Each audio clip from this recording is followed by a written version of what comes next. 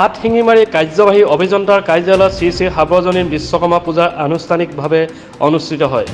দক্ষিণ শালমৰা মানকাছা জিলাৰ সদৰ হাটশিঙিমাৰী জনস্বাস্থ্য কাৰিকৰী বিভাগে দীৰ্ঘদিন ধৰি বিশ্বকৰ্মা পূজাৰ আয়োজন কৰি আহিছিল আৰু এইবাৰ এইবেলি জনস্বাস্থ্য কাৰিকৰী বিভাগে বিশ্বকৰ্মা পূজাৰ উপলক্ষে সমগ্ৰ দক্ষিণ শালমৰা মানকাছা জিলাত সকলো মিলিজুলি পূজাৰ আয়োজন কৰে।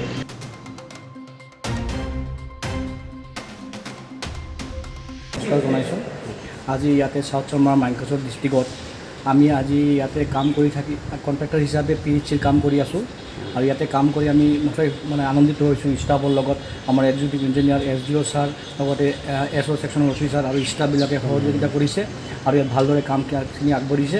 আৰু আজি বিশ্বকৰ্মা পূজা উপলক্ষে তেওঁলোকে আমাক আমন্ত্ৰিত কৰিছে পূজাখনত মানে সহযোগ কৰিবৰ কাৰণে বা পূজাখন ভালভাৱে চলাবৰ কাৰণে।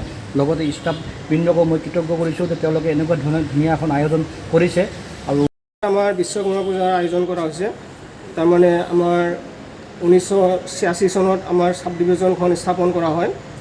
1986 চনৰ সাব ডিভিজনৰ পিছতেই আমি বিশ্বকৰ্মা পূজা আয়োজন কৰি আছিলোঁ আৰু সেই আয়োজন প্ৰত্যেক বছৰে আমাৰ আয়োজনটো হৈয়েই থাকে।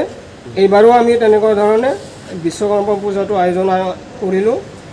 এইবাৰটো আগতে আমাৰ সাব ডিভিজন আছিল, যোৱাবাৰৰ পৰা আমাৰ ইয়াতে ডিভিজন হ'ল। ডিভিজন এতিয়া সাব ডিভিজন প্লাছ ডিভিজনত দুটাৰ অফিচৰ কৰ্মচাৰী প্লাছ আমাৰ ঠিকাদাৰ বৃন্দ যিমান আছে সবাৰো সহযোগিতাত আমি আজি বিশ্বকৰ্মা পূজাৰ ধামধুমেৰে আয়োজন কৰাৰ ব্যৱস্থা কৰিছোঁ। হাটশিঙিমাৰীৰ পৰা ইজাজুল হকৰ ৰিপোৰ্ট E24 লাইভ ব্ৰেকিং।